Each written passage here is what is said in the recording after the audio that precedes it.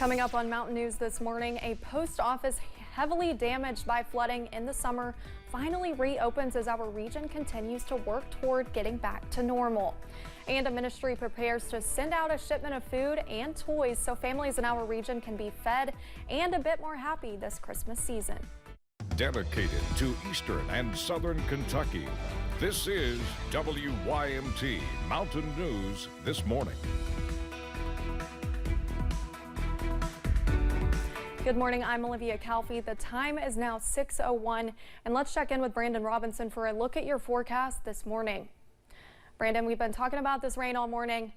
I'm not a huge fan of the rain. I told you this yesterday, so I'm excited for it to start moving out. Yeah, it's boot scooting on out of here, but we're not quite done with it just yet. A few scattered showers still out there, but the further west you go this morning, the drier it is. So we're in good shape with that, and it will clear out a little bit more today. It's the cold that's going to be impacting us as we head toward the last weekend of fall. Let's take a look here. A couple of spotches of green still out there this morning. That's in the eastern counties, so just be aware. Still some drizzle, still some scattered showers like up on top of Whitesburg Pine Mountain there. US 119, we continue to watch that pattern as we continue to move through our morning hours on this Thursday. Temperatures still dropping in the western counties there, but we're going to rebound just a little bit back into the low 50s this afternoon. Your daytime high was at midnight. I'd say most of us will get into the 40s by about 9 o'clock this morning, and then we'll start to scooch our way back up just a hair. So a normal day to a little extra on your coffee meter for today. And then as we look at the next dozen hours, if you're grabbing a donut on your way out the door just to have a quick breakfast, well, I think you're going to see some sunshine this afternoon, and temperatures rebounding back to right around 51. Olivia? Thank you, Brandon.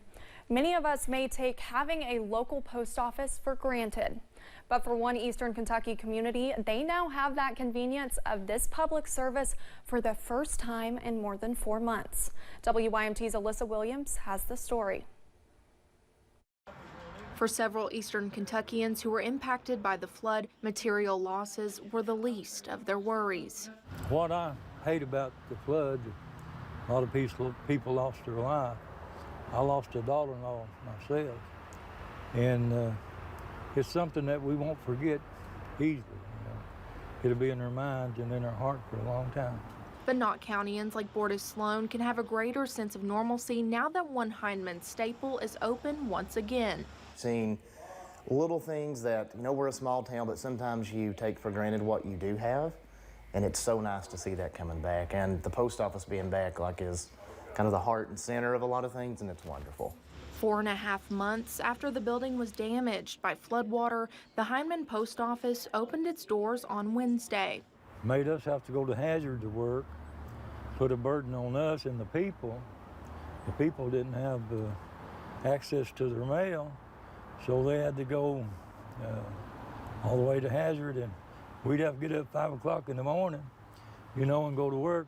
Community members say the post office can sometimes be much more than just a place to pick up your mail. I can speak for myself and probably everyone else. It's awesome to have that back, and then also just to have the community back. A lot of times we just come in here and chat. It's nice to have this pillar of our community back. Making its return to leave a stamp on Hindman. Anyway, I'm glad to be back home.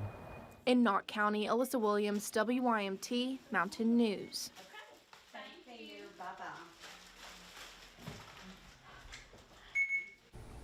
Knott County Judge Executive Jeff Dobson says the reopening of the Hindman Post Office is a positive step forward in the comeback of the Hindman community. Back in October, the Farm Ministry in Dayton, Virginia sent a truckload of supplies to help flood victims in Pike County. Now it is sending a second shipment. This time, the ministry loaded up 4 trucks full of toys, meats, food products, and more than 4,000 pounds of cheese. This donation will help provide Christmas presents and more than 58,000 meals to our region. The ministry is hoping this will help Eastern Kentucky get through the winter. We have to get them through the winter to where they can feed themselves, start projects, get chickens in, grow gardens, and get back to where they can help themselves and survive through their own initiatives.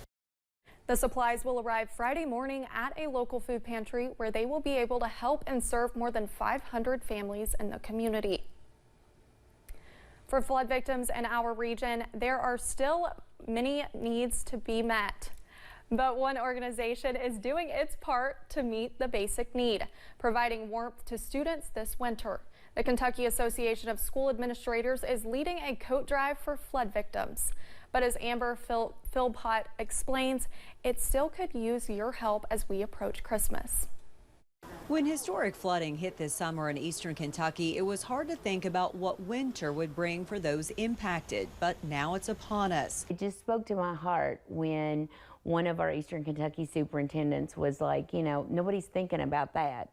And if we have money for coats, then we can focus on food. So you're not talking about fancy needs. You're talking about your basic survival needs. And that's what the Kentucky Association of School Administrators wants to provide through their coat drive.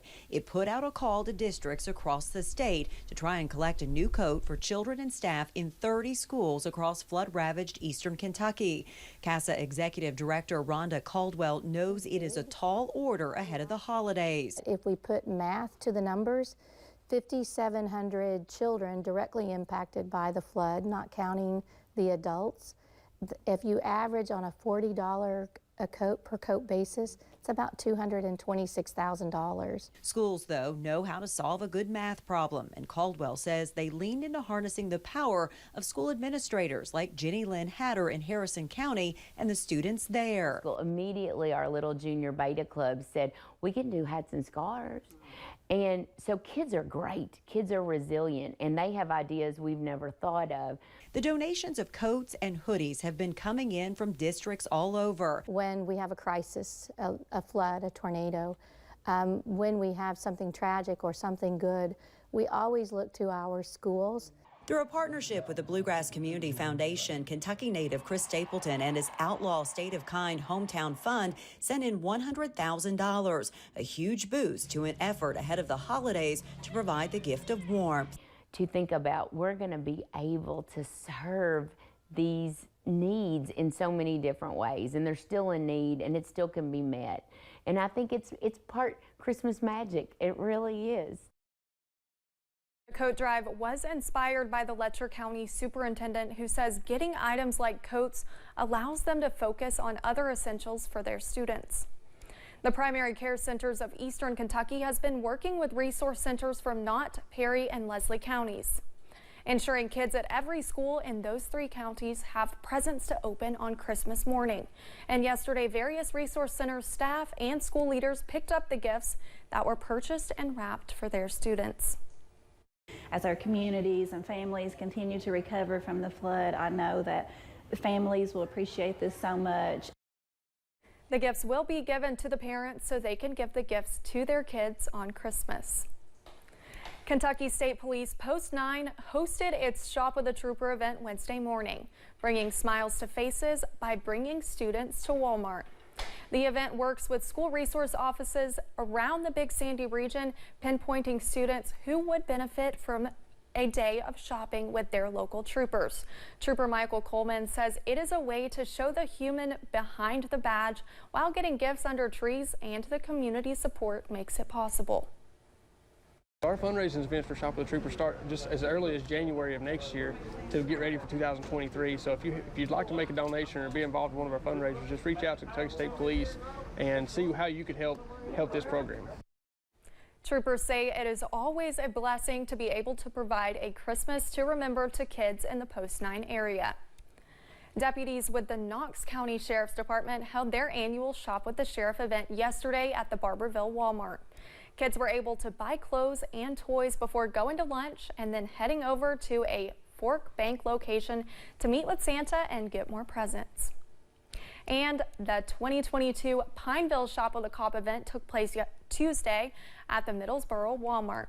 103 students with the Pineville Independent School System are now on their way toward a better Christmas thanks to some police officers in their town. 6:10 here on this Thursday morning. We were looking at some scattered showers, and that's leading to some patchy, dense fog. Anything less than 5 miles on this map, which is basically Prestonsburg, Jackson, Hazard, Jonesville, Harlan, Middlesboro, all of those folks seeing some dense fog out there this morning. Temperatures still dropping a little bit. I'd say most of us will get into the 40s by a little later this morning. So again, we'll start to rebound just a little bit. Our daytime high was at midnight, and it was 56 at Jackson and 55 at London. I seen it just pop up over here on the Weather Service chat. So we're going down, stabilizing, going back up just a little bit, but it's going to be a cold evening going into the overnight hours and a cold day tomorrow. So partly cloudy skies a little bit later on today, some sunshine late day, and temperatures again stabilize in the low 50s a little bit later on this afternoon. Olivia? Thanks for joining Mountain News this morning. More news is on the way. Coming up, the man accused of attacking the husband of the Speaker of the House appears in court, and we learn new details about the serious situation.